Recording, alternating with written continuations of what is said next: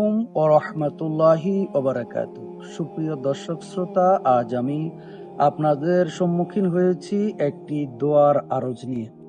Jahapur Kamalakanta academy school and কলেজের সহকারী অধ্যাপক মোহাম্মদ আবুল কালাম আজাদ স্যারের আজ ওপেন হার্ট সার্জারি হবে ইউনাইটেড হাসপাতাল, গুলশান, ঢাকায়। আপনারা সকলে স্যারের জন্য দোয়া করবেন।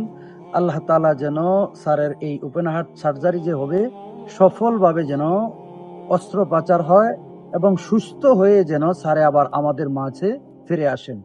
যে যেখান থেকে স্যারের ছাত্র শুভাকাঙ্ক্ষী যারা যে যেখান থেকে আমার এই ভিডিওটা দেখবেন শুনবেন, স্যারের জন্য একটাই দোয়া করবেন, আল্লাহ তাআলা যেন স্যারকে সুস্থ করে দেয় এবং সুন্দরভাবে অস্ত্রোপচার হয়, সুস্থ হয়ে যেন আবার আমাদের মাঝে আসতে পারে। আমি একজন স্যারের ছাত্র হিসাবে স্যারের পক্ষ থেকে আপনাদের সকলের নিকট দোয়ার প্রার্থী।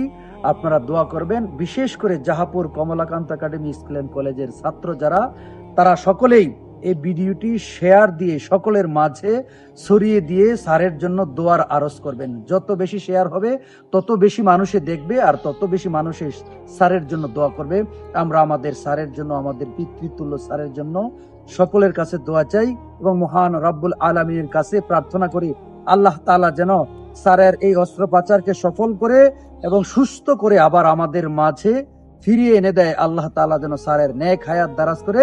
সকলে এই দোয়া করবেন।